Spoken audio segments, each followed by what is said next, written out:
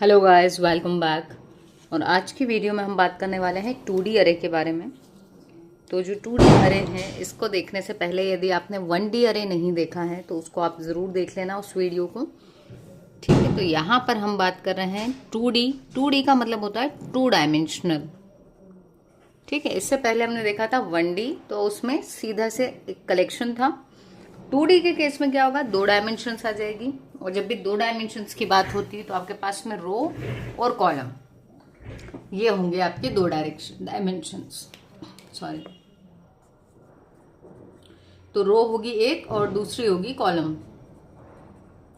तो 1 and 1 2 dimensions. तो अब इसमें इस अरे में जब बनेगी अपने अरे, तो उसमें आपके पास में रो भी होंगी और कॉलम्स भी होंगे। ठीक है, ये आपकी इच्छा पर डिपेंडेंट है कि कितनी रो और कितने कॉलम रखना है, क्योंकि अरे जो है ये भी कैसा है, एक यूजर डिफाइंड डेटा टाइप है, डिराइव्ड डेटा टाइप है, बट इसके डायमेंशंस यूजर डिफाइन करेगा। ठीक है, तो चलिए हम इसको शुरू करते हैं। अगर हम इसके सिंटैक्स की बात करें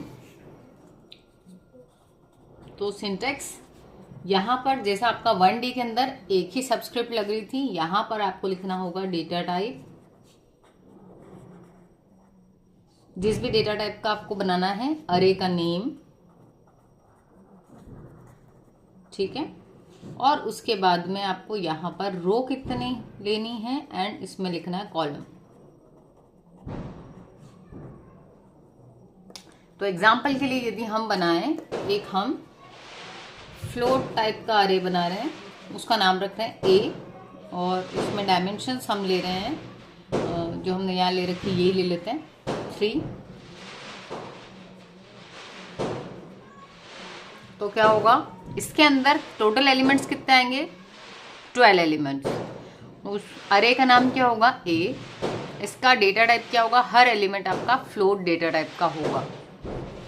अरे की जब इंडेक्सिंग की बात की थी पहले भी हमने, तो बात की थी कि हमारी इंडेक्सिंग हमेशा 0 से होती है।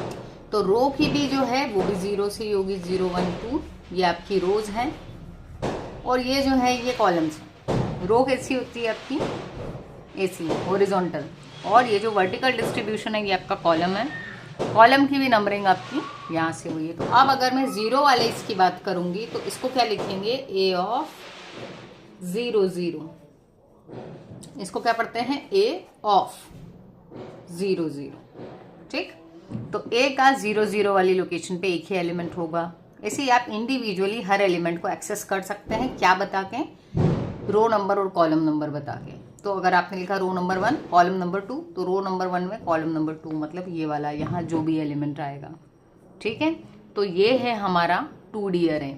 इससे पहले हमने 1D अरे का प्रोग्राम भी देखा था, जिसके अंदर सिर्फ एक फॉर लूप लगा था, क्योंकि हम सिर्फ एक ही रो होती थी वहां पर अपने पास, तो हम 0 से लेके साइज -1 तक जाते थे। अभी हमारे पास एक से ज्यादा रो है, तो हम क्या करेंगे, 2 बार फॉर लूप लगाएंगे। फटाफट से मैं इसका एक प्रोग्राम लिख देती हूँ, वो भी हम देख लेते हैं कैसे एग्जीक्यूट होगा।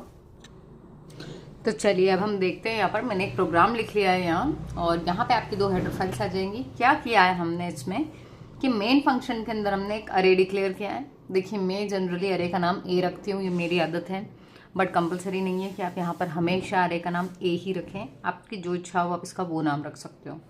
तो यहाँ पर हमने इंटीजर टाइप का अरे बनाया है, और उसमें कितनी रोज ली है, 2 रोज। तो 2 रो की इंडेक्सिंग किससे होगी, 0 और 1 से।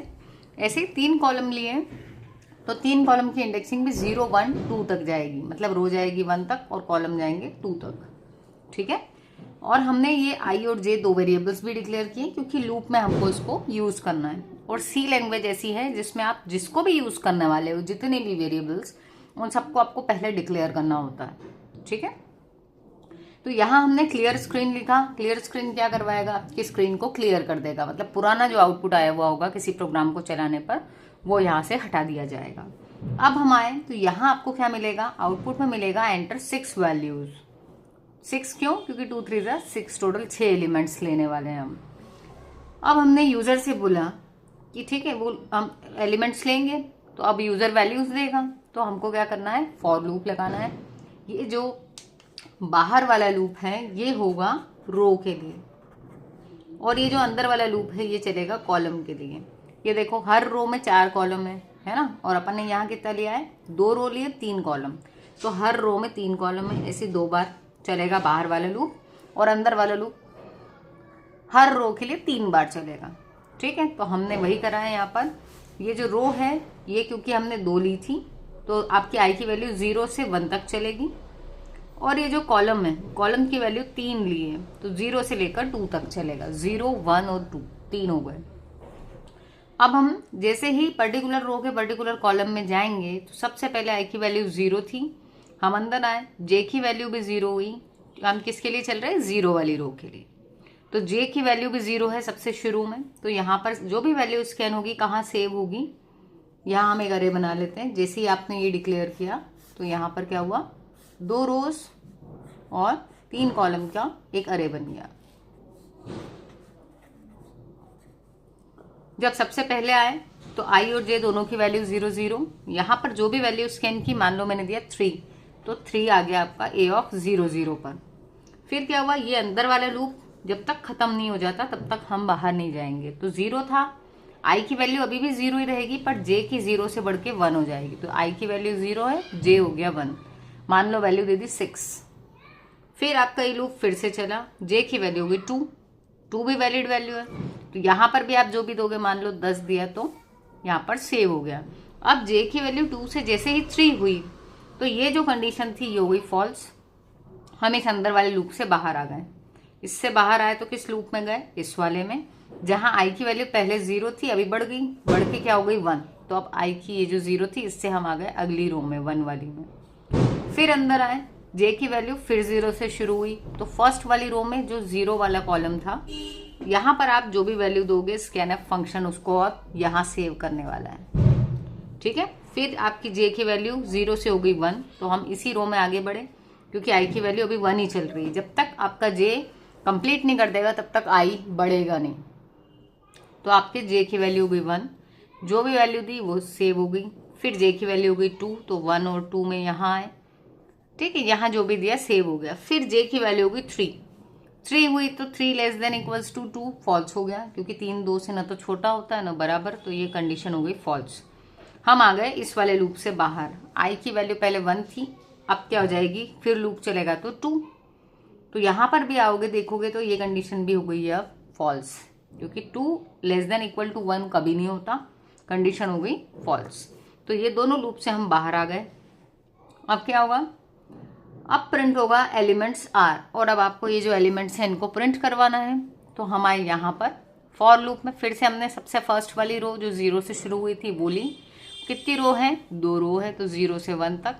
अंदर आए, टोटल कॉलम कितने हैं 3, 0 से 2 तक। तो ये देखो, अब यहाँ पर पहले हम स्कैन कर रहे थे, वैल्यू रीड कर रहे थे, अभी हम क्या करेंगे, वैल्यू को प्रिंट करवा रहे हैं, आउटपुट दे रहे हैं। तो आपकी वैल्यू, ये जो /t है ये किसके लिए है, टैब के लिए, मतलब स्पेस देगा ये। तो हमने सबसे पहले क्या किया, आई की वैल्यू 0 है, जे की भी 0 है, तो प्रिंट करवाया। तो 0 0 पे क्या था, 3 था, तो यहाँ 3 प्रिंट होगा आउटपुट में। फिर क्या हुआ, ये लूप आपका फिर से चला, अब जे की वैल्यू हो गई 0 थी, अब 1 हो गई, 1 पे क्या लिखा है वो भी प्रिंट होगा स्पेस दे के, क्योंकि /t लिखा हुआ है, तो 6 प्रिंट हुआ। फिर से लूप चला, जे की वैल्यू हो गई 2, आई की अभी भी 0 ही चल रही है, तो 10 प्रिंट होगा।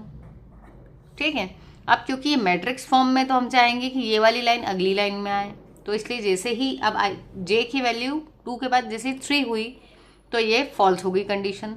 तो हम कहाँ पर आ गए, इससे बाहर आए तो क्या मिला, printf मिला /n, ये क्या करेगा, नई लाइन में ले आएगा, तो अब आउटपुट यहाँ प्रिंट होगा। फिर से लूप चला, अब आई की वैल्यू होगी 1, हम अंदर आए, यहाँ पर जे की वैल्यू 0, तो आपका 12 प्रिंट होगा। फिर जे की वैल्यू 1 होगी तो 15 प्रिंट होगा। अगेन चलेगा, जे की वैल्यू 20, ठीक है, जे की वैल्यू 2 हुई तो आई की वैल्यू 1 और जे की 2, तो 1 और 2 पे यहाँ पे मिला 20, ये प्रिंट हो गया। फिर जे की वैल्यू 3 हुई तो हम लूप से बाहर हो गए, न्यू लाइन में आ गए, और यहाँ पर जैसे ही आए और आपने देखा तो आई की वैल्यू 1 से बढ़ के अब 2 हो गई, 2 अपने पास है ही नहीं, तो ये लूप से भी बाहर हो जाएंगे। गेट ch से आपकी स्क्रीन होल्ड होगी और आपको ये आउटपुट देखने को मिलेगा। ठीक है, यदि आपने ये वाले इनपुट्स दिए होंगे तो। So this was all about 2D अरे। आई होप आपको वीडियो समझ में आई होगी, और यदि चैनल सब्सक्राइब नहीं किया है तो चैनल को जल्दी से सब्सक्राइब करो और दोस्तों के साथ भी शेयर करो वीडियो को। Thank you so much for watching. मिलते हैं अपनी नेक्स्ट वीडियो में।